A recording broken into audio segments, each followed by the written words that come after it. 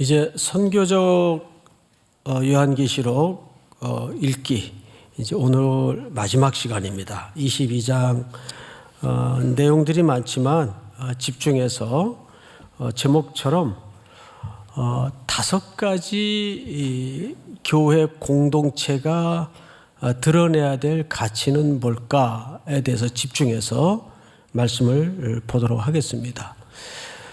성경은 결국 에덴 동산으로 시작을 해서 예루살렘이라는 도시의 이야기로 끝이 납니다.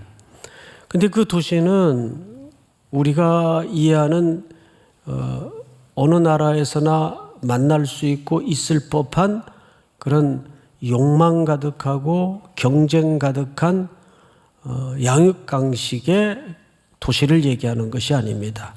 성경에는 단장한 신부 같다라는 표현을 써요. 그렇듯이 우리가 입성에 있는 그리고 만들어갈 도시는 완전히 다른 도시입니다. 그 도시는 어린 양 예수 그리스도를 통해서 교회라는 공동체를 통해 만들어질 완성될 도시를 얘기하는 거예요. 그러면 지난주 말씀 제목이 기억나십니까? 제목이 뭐였죠? 하늘이 하늘로 올라간다가 아니고 하늘이 내려온다. 빠지신 분들은 또 올라간다고 할 텐데 하늘이 내려온다. 내려온다는 말은 현재 하나님의 나라가 이 땅에 임했고 임하고 있다. 믿습니까? 그래서 예수님도 육신을 입고 낮아지셔서 우리와 함께 하셨습니다. 이게 굉장히 중요한 기초예요. 그리고 부활하신 예수님도 보이지 않는 어떤 영적인 존재로만 부활하신 것이 아니고 제자들에게 창자국을, 손의 못자국을 보이신 새로운 몸으로 부활하셨습니다. 이 예수님의 성육신 사건과 죽음 이후에 육신으로 부활하신 사건은 우리가 고대할 하나님의 나라에 대한 아주 중요한 신학적 기초를 제공하고 있습니다. 그렇듯이 하나님의 나라가 내려온다는 것은 우리 주기도문에도 뭐라 그러죠? 주의 뜻이 땅에서도 이루어지이다. 맞죠? 누가 이렇게 기도하도록 가르쳤죠? 예수님의 가르쳐 주신 기도예요. 그래서 주의 뜻이 이 땅에도 임해야 됩니까? 하나님의 나라에만 임해야 됩니까?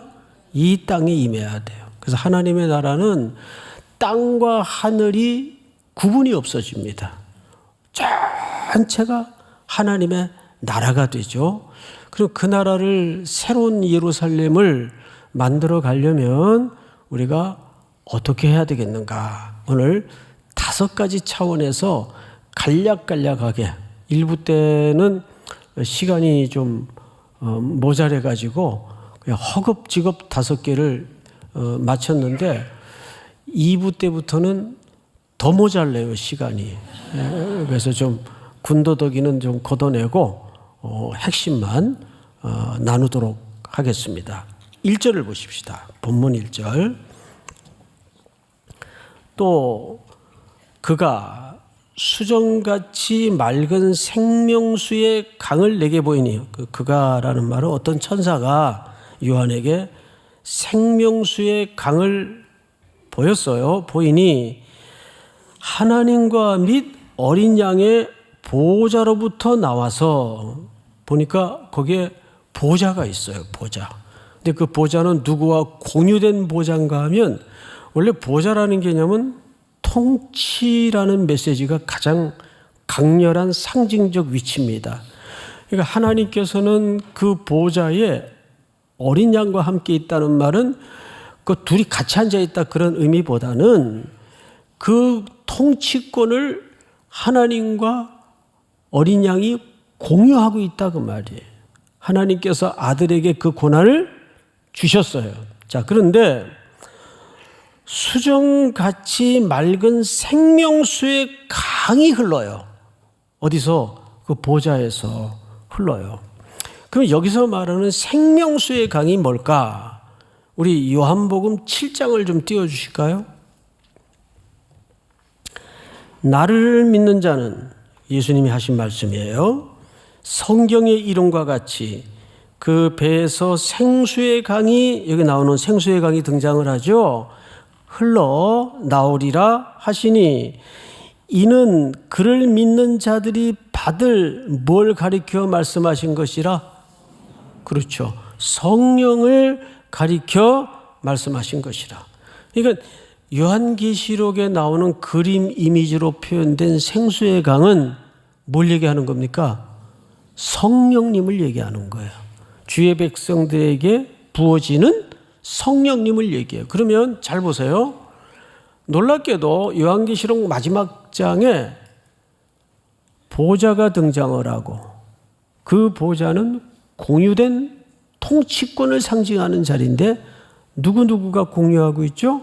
하나님 아버지와 어린 양이 공유를 하고 있는데, 거기서부터 뭐가 흘러나와요? 생수의 강, 성령님이 흘러 온 천하에 나뉘어집니다. 그러니까 삼위일체 하나님이 한 장면에 등장을 합니다. 그렇죠? 예수님이 요단강에서 세례를 받으시고 올라오실 때 하늘에선 아버지의 음성이 들렸어요. 물 아래서는 예수님이 올라오세요. 그리고 성령이 비둘기같이 임했다라고 얘기했습니다. 기억나시죠? 기억나셔야 돼요. 예. 근데 오늘 계시록 성경의 마지막 장인 시작의 내용을 보니까 놀랍게도 삼위 하나님이 등장을 해요. 자, 그런데 이 그림 이미지는 사실 여기 처음 등장하는 이미지가 아니고, 이미 구약의 계시록이라고 불리우는 책 중에 에스겔서가 있습니다. 묵시문학의 종류로 기록된 책이죠. 그 책을 보면 47장 12절에 이런 소개가 있습니다. 강 좌우가에는 각종 먹을 과실나무가 자라서 그 잎이 시들지 아니하며 열매가 끊이지 아니하고 달마다 새 열매를 맺으리니 그 물이 성소를 통하여 나옴이라. 뭘 통해 나와요? 예, 그러니까 이것은 안에서 본 그림이에요? 바깥에서 본 그림이에요? 그렇죠. 바깥에서 본 그림이에요. 그 성전 안에서 물이 흘러나와요. 성소에서 흘러나오는 거더라고요. 통하여 나옴이라. 그 열매는 먹을 만하고 잎사귀는 약 재료가 되리라. 자, 이 본문을 그대로 띄워놓고 살그머니 시선을 오늘 본문 2절로 옮겨보세요. 2절을 보시면 이렇게 돼요. 길 가운데로 흐르더라. 강 좌우에 생명나무가 있어 12가지를 맺되 날마다 그 열매를 맺고 달마다 그 열매를 맺고 그 나무 잎사귀들은 만국을 치료하기 위하여 있더라.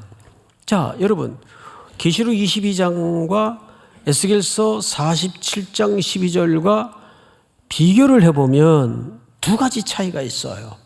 두 가지 차이. 첫째, 에스겔서에서는 그 물이, 생수의 강이 성소에서 흘러나왔다고 돼 있어요. 근데 계시록 22장에서는 그 안에 들여다보니까 성소의 중앙 부분인 어디에서 흘러나오고 있었습니까? 보좌로부터 그 생수의 강이 흘러나오고 있어요. 1절을 볼까요? 수정같이 맑은 생명수의 강을 내게 보이니 하나님과 및 어린 양의 어디로부터 나와요? 근데 계시록에서는 보좌로부터 나오지만 구약 에스겔서에서는 성소에서 나온다가 돼 있어요. 어디가 더 중심입니까? 보좌가 마지막 중심부입니다. 그래서 성소에서 보좌로 바뀌어요. 위치가. 두 번째는 에스겔서 47장에 보면 이렇게 돼 있어요. 12절에 그 열매는 먹을 만하고 그 잎사귀는 약이 됩니까?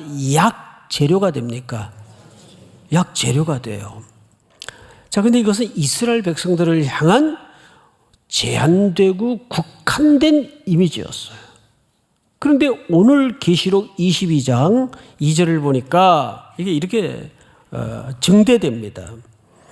12가지 열매를 맺되 달마다 그 열매를 맺고 그 나무 잎사귀는 이스라엘입니까? 만국입니까? 그렇죠. 만국을 치료하기 위하여 있더라. 할렐루야. 그러니까 여기에서 재료가 아니에요. 그 잎사귀가 재료가 되어서 뭐가 된 거예요, 지금은? 약이 된 거예요, 약이. 근데 이 약은 뭐 하기 위한 약이에요? 사람을 죽이는 약이 아니라 사람을 치료하는 약입니다. 할렐루야. 그런데 이스라엘에게 국한된 겁니까? 만국입니까? 자, 여기에서 우리는 불변한 굵은 원리 하나를 붙들어요. 교회는 그래서 선교적 교회가 돼야 되는 명제가 여기서부터 출발하는 거예요. 믿습니까? 그러니까 이스라엘이라는 선택된 나라는 하나의 인류의 샘플이었지 선택될 만한 조건과 이유가 있어 선택된 게 아닙니다. 샘플이었습니다. 근데 이걸 못 깨달았죠. 어쨌든 이스라엘에서 만국으로 확대가 돼요. 그 하나님의 관심은 온 우주와 만국에 모아져 있습니다. 그리고 그 잎사귀는 이제 치료제가 되어서 만국을 뭐하기 위하여 쓰여지죠? 치료하기 위하여 쓰여져요. 그래서 교회 공동체의 첫 번째 그림은 치료하는 공동체가 돼야 됩니다. 그러면 범주가 어디까지 치료가 가능한가?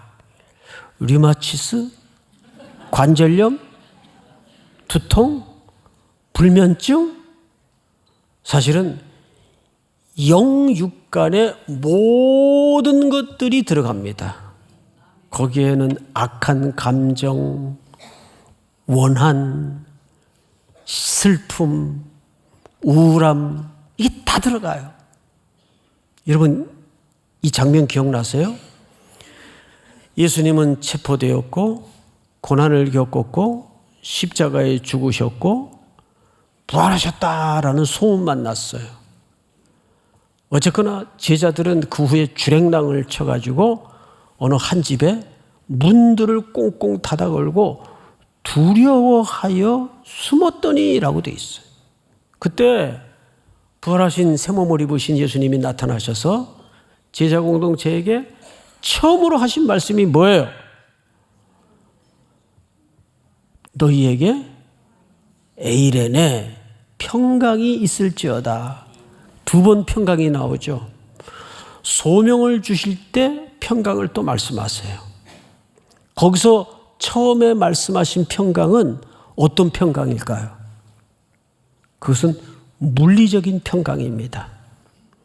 그 평강은 예수가 살아나셨다는 확인과 함께 그 칙칙하고 두려움에 감싸여졌던 그 공동체 안에 뭐가 회복이 됐어요? 기뻐하더라. 기뻐하더라. 할렐루야. 그러니까 예수님은 새 영을 입으신 게 아니라 새 영과 함께 새 몸을 입으셨어요. 믿습니까? 새 몸을 입으셨다는 것은 영적인 존재로만 부활하신 게 아니고 그리고 그 자국을 제자들에게 확인시키고 보이신 것은 예수님을 머리로 한 교회 공동체는 가장 먼저 이 병든 땅, 이스러진 땅, 죄가 들어와서 바벨론 제국 썩은 도시를 건설하고 온 인류를 망가뜨린 이 병든 땅을 향해서 치유의 공동체로서 서야 됩니다. 거기에는 제한이 없어요. 그래서 교회는 선교만 한다고 그 교회의 기능을 다 하는 게 아니에요. 맞죠, 여러분? 교회는 많은 가슴앓이를 갖고 있는 성도들이 있어요.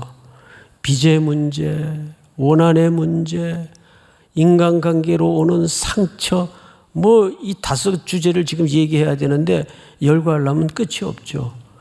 그래서 우리가 목양이라는 게 필요한 게 뭐냐 하면, 첫째는 말씀을 가르치고 선포된 말씀을 통해서 그 말씀을 잘 붙잡고 흔들리지 말고 살도록 우리 많은 교육자님들이 여러분들을 돌아봐주고 섬겨드리고 함께하는 것, 그게 목양 과정입니다. 거기에는 훈련 프로그램도 필요하고 거기에는 또 선교도 필요하고, 이렇게 종합적으로 이것이 아우러지고 어우러져서 치료가 일어나는 거예요. 믿습니까? 특별히 육신으로, 요즘 뭐 암 환자들이 그렇게 많잖아요. 예? 근데 사람이 자체가 독이 있다 보니까 나는 위로한다고 위로의 말을 던지는데 오히려 독을 써는 경우가 얼마나 또 많아요. 누가 암이 걸렸어요. 주변에 많잖아요. 근데 여러분이 위로한답시고 와가지고, 아유, 이제 김 집사님한테 아프다는 소리도 못하겠네? 뭐라는 거예요 도대체? 말이에요, 방구예요. 그냥 그럴 때는 그 많은 말이 필요 없어요. 말하지 마세요. 가만둬도 아픈데 그게 무슨 소리예요? 우리가 약해서 그래요. 악하기도 하지만 참 약해요. 뭐 위로를 어떻게 해야 되는지 잘 모르거든요. 그래서 우리 삼일교회가 첫 번째 미셔널 처치로서 종합적인 건강한 구조를 가지려면 교회는 어떤 그림을 갖고 있어야 된다? 치료의 공동체. 할렐루야. 두 번째, 교회는 21장 25절을 보세요. 앞에 장이죠. 21장 25절. 제가 좀 읽겠습니다. 낮에 성문들을 도무지 닫지 아니하리니 거기에는 밤이 없습니다. 밤이 좀 있으면 성문 닫을 타이밍도 있을 텐데 거기에는 밤이 없어요. 그래서 문 닫을 틈이 있어요, 없어요? 문이 언제나 열려 있어요. 그러니까 언제든지 들어올 수 있는 거예요. 누구든지 올 수 있는 거예요. 교회 공동체는 여기에서 환대 공동체라는 정의가 기초가 됩니다. 열려있는 교회. 믿습니까? 교회는 닫아놓으면 안 돼요. 열려 있어야 돼요. 열려 있어서 누구나 차별 없이 들어올 수 있는 공동체. 근데 이것이 단순히 교회 공간이라는 문제를 뛰어넘어야 됩니다. 이미 한국 사회는 코리안 드림을 따라 외국인 노동자들이 각처에서 몰려옵니다. 뭐 심지어는 동유럽에서도 많이들 지금 넘어오죠. 이미 지방으로 내려가면 초등학교 교실에 외국인 아이들이 더 많아요. 또 피가 섞인 아이들이나 외국인 엄마 아빠를 따라서 여기서 태어난 아이들 많아요. 이미 우리나라는 퍼센트지로도 사실은 다민족 사회로 진입을 했습니다. 근데 그들이 이 사회에서 똑같은 행복한 시민으로 성도로 살아가기에는 너무 부딪히는 차별과 격차가 많아요. 그리고 그 냉소적인 반응들. 어느 그 흑인이 택시를 탔는데 택시 기사분이 모르고 그랬겠죠. 모르고. 한국말 모르는 줄 알고. 그랬대요. 대성이 탔냐? 그랬대요. 아, 모르는군요. 옛날에 연탄 이름이 대성연탄이라고 있었어요. 그러니까 그 흑인이 우리 집 불 안 떼. 그러니까 그런 좀 비하적인 조크. 이런 것들 참 조심해야 돼요. 그래서 한 공동체나 한 인격의 성숙도를 재는, 가름하는 가장 첫 번째 기초가 뭐냐 하면 모든 인간을 하나님의 존엄한 형상대로 지음받은 존재라는 것이 선교의 출발 지점입니다. 누구든지 그가 사정상 여러 가지 곡절 끝에 거리로 앉은 분이든, 근데 그런 분들이 평생 자기가 그렇게 거리로 앉아 무너지기까지 사정과 사연을 누구에게도 말 한마디 한 번도 못 해본 사람들이 많아요. 그래서 몇 년 전에 1층에서 우리 노숙인 분들 성경을 읽은 다음에 그 바깥 복도에다가 테이블들을 놓고 이제 상담 테이블을 준비했던 적이 있어요. 그럼 거기 이제 우리 성도님들이 앉아가지고 어떻게 당신은 거리로까지 나앉게 되었는가 이야기를 쏟아내는데 대하 드라마예요. 근데 그 말하는 자체가 그분들에게는 힐링이 되는 겁니다. 자기의 꽁꽁, 심지어 아내나 아들, 딸들에게도 쏟아내지 못했던 자기의 모든 살아온 여정을 생판모를 젊은이들 앞에서, 성도들 앞에서 그냥 쏟아내요. 이게 치유가 되는 거예요. 치유는 환대를 통해서만 이루어집니다. 차별 없이. 교회는 그런 공동체가 돼야죠. 자, 첫째는 치료하는 공동체, 두 번째는 환대의 공동체. 누구나 동등하게 문턱이 없이 그분들이 앉을 자리가 따로, 우리가 앉을 자리가 따로 담이 쳐져 있는 교회가 아니라, 믿습니까? 세 번째, 거룩한 공동체. 자, 14절을 좀 보세요. 14절, 22장. 우리 오늘 귀한 찬양해 주신 찬양대 14절 한번 같이 읽어볼까요? 시작. 자기 두루마기를 빠는 자들은 복이 있으니 이는 그들이 생명나무에 나가며 문들을 통하여 성에 들어갈 권세를 받으려 함이로다. 자, 문들을 통해서 성에 들어갈 권세를 얻는 사람들은 누굽니까? 두루마기를 빠는 자들. 그러니까 깨끗한 옷을 입은 자들을 얘기해요. 세마포 옷을 입은 자들을 얘기합니다. 이 사람들이 누굴까요? 이 사람들은 그러면 어떤 특별한 그 옵션이나 조건이 있는 사람들일까요? 있죠. 조건이 있는 사람들이에요. 아무나 못 들어가요. 문이 늘 24시간 개방되어 있다고 해서 거기에 아무나 들어갈 수 있는 도시가 아니에요. 어떤 사람들이 들어가는가? 우리 계시록 앞에 19장을 좀 열어보세요. 자막을 준비 안 했는데 19장을 한번 보십시다. 7절을 보시면 이게 이제 찬양인데 6절서부터 제가 좀 읽겠습니다. 또 내가 들으니 허다한 무리의 음성과도 같고 많은 물소리와도 같고 큰 우레소리와도 같은 소리로 이르되 할렐루야, 주 우리 하나님 곧 전능하신 이가 통치하시도다.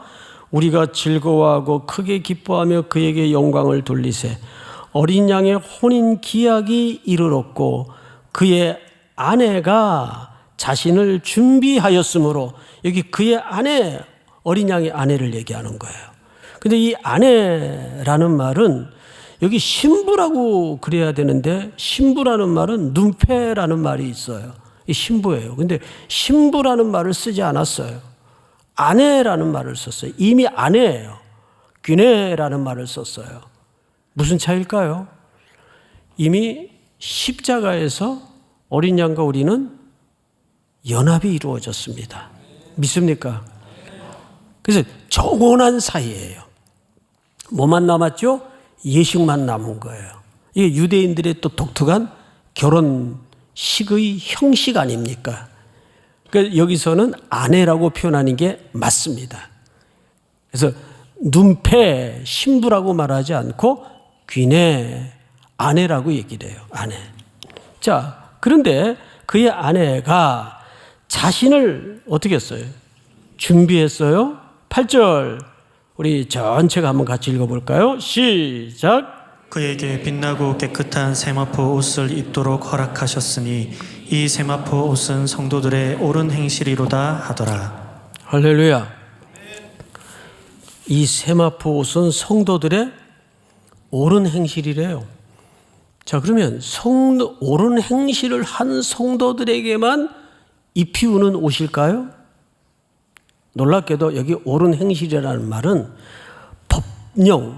법령에 해당하는 법적 표현입니다. 이 말은 디카이오마라는 헬라 말을 쓰는데 이거는 그냥 법적으로 정하는 거예요. 우리는 공로가 없어요. 우리는 영원히 둘째 불못에 던져질 사망 아래 놓여 있던 자입니다. 그런데 어린 양의 피 흘림과 죽음으로 우리의 죄를 대속하시고 의롭다 법으로 정하셨어요. 그게 옳은 행실이에요. 그게 성도의 옳은 행실이에요. 행위적인 것을 얘기하는 게 아니에요. 믿습니까? 그래서 우리에게 하얀 옷 상징인 세마포 옷을 입히는 겁니다. 너는 이제 내 아내다. 그 어린 양이 우리에게 그렇게 정해 주신 거예요. 법적으로. 할렐루야. 아멘이 이 정도 나와가지고 이게 될 내용이 아닌데 사실은 참 아쉽습니다. 진짜 저는 만약에 이게 문자 그대로 옳은 행실이었다면 절대 못 끼죠. 절대 새 예루살렘의 시민이 될 수가 없죠. 그런데 어린 양이신 일찍 죽임을 당하신 예수께서 내 죄를 대속해 주시고 없는 걸로 친 게 아니에요. 갚아 주셨어요. 누구도 우리를 고발하지 못해요. 믿습니까? 이게 옳은 행실이에요. 여기서 말하는 이 디카이오마라는 단어는 법적인 표현이에요. 그렇게 14절, 22장 14절을 다시 보시면 자기 두루마기를 빠는 자들은 복이 있으니 이는 그들이 생명나무에 나아가며 문들을 통하여 성에 들어갈 권세를 받으려 함이로다. 영접하는 자 곧 그 이름을 믿는 자들에게는 하나님의 자녀가 되는 권세를 주셨으니 이는 혈통으로나 육정으로나 사람의 뜻으로 나지 아니하고 오직 하나님께로 난 자들이니라. 여긴 이론의 여지나 논리의 반박이 있을 수가 없어요. 그런 자들이 들어가는 곳이에요. 자, 그런데 15절 다 같이 한번 읽을까요? 시작. 개들과 점술가들과 음행하는 자들과 살인자들과 우상숭배자들과 및 거짓말을 좋아하며 지어내는 자는 다 성 밖에 있으리라. 우리가 어디 있던 사람들이에요? 성 밖에 있던 사람들이에요. 우리가 바벨론의 도시의 매력에 취해서 그 바벨론의 로마 제국의 가치에 떠내려가던 사람이에요. 죽을 길인지도 모르고. 그래서 여러분, 성경의 얘기는 결국 두 도시 얘기입니다. 인간들이 욕망으로 이루어 놓은 도시가 있어요. 그 도시는 모든 탐욕과 경쟁과 살의와 네가 죽어야 내가 행복하는 그런 속성과 성격을 가진 도시입니다. 그런데 여러분들이 들어가 있는 도시는 새 예루살렘, 거기에는 잘 정돈된 도시입니다. 그래서 22장 1절을 보시면 이렇게 돼 있어요. 또 그가 수정같이 맑은 생명수의 강을 내게 보이니 하나님과 및 어린 양의 보좌로부터 나와서, 우리 2절을 다시 한번 읽어볼까요? 시작. 길 가운데로 흐르더라. 강 좌우에 생명나무가 있어 12가지 열매를 맺되 달마다 그 열매를 맺고 그 나무 잎사귀들은 만국을 치료하기 위하여 있더라. 이 도시를 성경 전체에서는 단장한 신부와 같다라고 표현합니다. 잘 정돈된 도시, 잘 질서가 잡혀 있는 도시, 원망과 시비와 불공평이 존재하지 않는 도시. 그래서 네 번째 도시 성격을 우리는 정의의 공동체라고 소개합니다. 우리 21장 16절을 한번 볼까요? 16절 우리 한음성으로 같이 읽겠습니다. 21장 16절 시작. 그 성은 네모가 반듯하여 길이와 너비가 같은지라 그 갈대자로 그 성을 측량하니 12,000 스타디온이요 길이와 너비와 높이가 같더라. 길이와 높이와 넓이가 같아요. 어느 한쪽에도 치우침이 없어요. 세상은 안 그렇잖아요. 저 사람이 열을 가지면 나는 상대적으로 섭섭해지고, 내가 20을 가지면 사람은 만족하던가요? 그것도 만족이 안 돼요. 대부호의 상징인 록펠러가 병이 들어 있을 때 친구들이 찾아왔어요. 위문차. 자네 얼마를 더 벌어야 만족하겠는가? 최고의 부자죠. 그런데 아주 놀라운 이야기를 합니다. Just a little more. 조금만 더. 인간의 이 물질의 집착과 욕망은 마름이 없습니다. 가진 사람은 더 갖기를 원하고, 못 가진 사람은 가진 사람을 쫓아가려고 발버둥을 치다가 정말 중요한 걸 다 놓쳐버린 채 그냥 시간을 낭비하게 되는 이런 우를 피차 범하고 살죠. 그런데 그 여정 속에는 그게 안 보인다는 데 문제가 있습니다. 잘 안 보여요. 자, 하나님의 공동체는 왜 부족함이 없고 모든 것들이 공평하냐 하면 은혜가 너무 많은 곳이기 때문입니다. 예를 들어 보세요. 햇볕과 바람, 공기는 온 인류에게 누구에게나 주어지는 것입니다. 거기에 대해서 특별히 불평을 가진 사람이 있나요? 왜 나에게 들이마셔지는 산소량은 이거밖에 안 될까? 쟤는 콧구멍이 더 커서 많이 마시는 것 같은데 뭐 그런 사람이 있어요? 그건 공평한 하나님의 보편적 은혜입니다. 그런데 보세요. 보편적 은혜는 값으로 매겨지는 게 별로 없어요. 워낙 큰 은혜이기 때문에.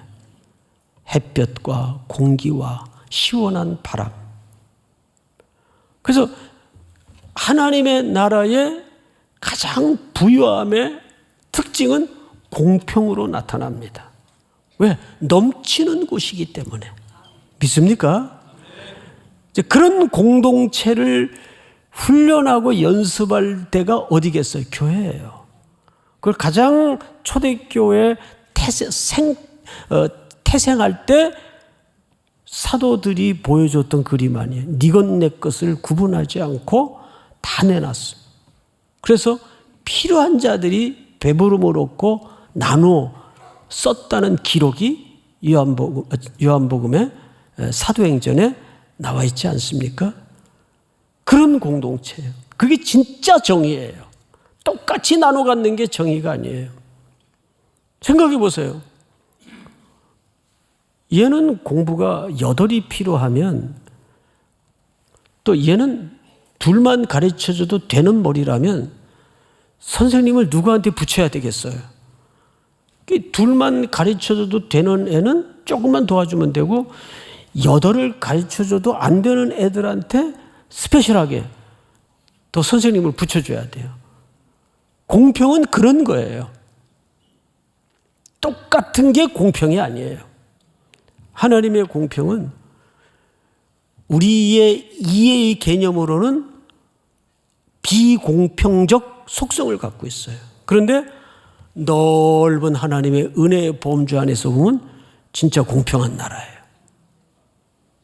의인이나 부자나 가난하나 악인이나 의인이나 예수의 피로 다 구원의 길을 열어놓으셨으니까 하나님의 나라는 그래서 공평한 나라입니다. 마지막으로 우리는 창조의 세계를 새롭게 할 뿐 아니라 회복할 뿐 아니라 창조의 세계를 새롭게 하는데 초점이 있어야 돼요.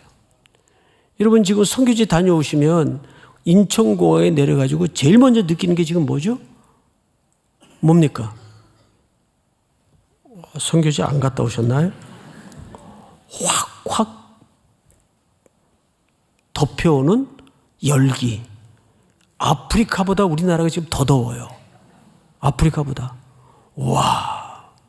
선교지 갔다가 공항에 내려서 딱 차 타려고 밖으로 나오면 그 덮쳐오는 그 열기의 쓰나미에 깜짝깜짝 놀래요. 나갔다 들어오면 느껴요. 지금 난민분들 때문에 프랑크푸르트에 갔다가 딱 들어오는데 독일은 그래도 아침 저녁이 서늘해요. 긴팔을 입어야 돼요. 근데 한국은 낮이고 밤이고 일정하게 칙칙하고 덥고 야 이러다가 진짜 큰일 나겠다. 유독 대한민국이 그래요. 여러분 기후 1도 높아가는 게 얼마나 무서운 그 전율스러운 변화인지 아셔야 될 거예요. 그래서 우리 교회가 환경 문제를 정말 고민해야 됩니다. 창조의 망가진 세계를 회복할 사람들을 누구에게 그 명령을 주셨는가 하면 이 땅을 정복하고 다스리라는 명령이 그 환경보호 안에 다 들어가 있습니다. 그리고 또 환경보호 얘기하면 또 진보 세력이라 그래요. 난 참. 그러려면 차라리 진보가 되는 게 낫지. 그러니까 우리가 흔히 쓰는 뭐 요즘 그 얼어 죽어도 아이스 커피. 그 플라스틱이나 종이컵에 하루에 몇 잔을 들고 다니잖아요. 그게 다 악한 폐기물로 우리 아이들이 살아갈 미래의 땅을 망가뜨리고 있는 거예요. 저도 가능하면 이동 중에 텀블러를 사용합니다. 그리고 온도도 오래 가기 때문에 뭐 2잔, 3잔 먹을 거를 한 잔 가지고 하루 종일 홀짝홀짝 마시고 다녀도 온도가 일정합니다. 텀블러, 그 집집마다 지금 텀블러가 최소 한 5개 이상은 있을 거예요. 그거 들고 나오세요. 그 400원을 싸게 해줍니다. 400원. 예? 진짜. 그 이런 거 웃지 마시고 실천을 하시라고요. 그 텀블러 들고 다니는 분들 보면 멋있어 보여요. 정말 건강한 의식을 가진 분이구나. 물론 그거 늘 저처럼 자주 잊어버리는 사람은 많이 잊어버려요. 그러면 또 집에 있는 거 갖고 나오세요. 누가 거 주워서 또 끓여가지고 또 쓰겠죠. 이렇게 돌려먹는 거예요, 그냥. 뭐 어떻게 해요? 자, 정리합시다. 5가지. 첫째, 무슨 공동체? 치료하는 공동체. 둘째, 환대하는 공동체. 셋째, 거룩한 공동체. 어린 양의 피로. 넷째, 정의로운 공동체. 5째, 환경을 새롭게 보호하고 새 창조로 순종하는 공동체. 믿습니까? 이 5가지의 공동체가 삼일교회뿐만 아니라 이 말씀을 함께 청종하는 모든 이들에게 또 한 주 긴 여정 속에 살아내는 은혜가 있기를 주의 이름으로 축복하고 축원합니다. 우리 일어납시다. 하늘 문을 여소서.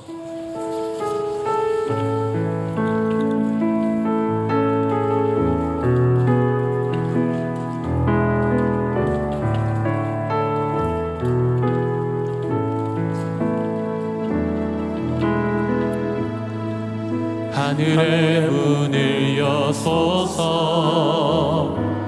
이곳을 주목하소서.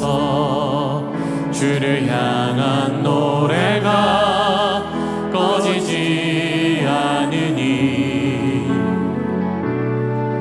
하늘을 열고 보소서. 이곳에 임재하소서. 주님을 기다립니다. 기도의 향기가 하늘에 닿으니 주여 임재하여 주소서. 이곳에 오셔서 이곳에 앉으소서. 이곳에서 드리는 예배를 받으소서. 주님의 이름이 주님의 이름만이 오직 주의 이름만 이곳에 있습니다. 이곳에 오셔서 우리 두 손을 높이 들고 찬양합시다. 하나님, 우리 가운데 임재하여 주시옵소서. 치유하는 공동체가 되게 하시고 반대하는 공동체가 되게 하시고 어린 양의 피로 거룩히 씻음받는 공동체가 되게 하여 주시옵소서. 하나님의 정의가 실현되는 공동체가 되게 하여 주시고 이 병든 땅 병든 세계가 다시 한번 회복되고 새로운 창조가 이루어지는 공동체가 되게 하여 주시옵소서. 오셔서 이곳에 앉으소서. 이곳에서 드리는 예배를 받으소서. 주님의 이름이 주님의 이름만이 오직 주의 이름만 이곳에 있습니다. 지금은 우리 구주 예수 그리스도의 은혜와 하나님 아버지의 사랑과 성령님의 교통하심이 머리 숙여 경배를 드리는 사랑하고 사랑하는 모든 3일의 성도들, 해외 군에 출타해 있는 가족들, 복중의 생명까지 영원토록 함께 있을지어다. 아멘.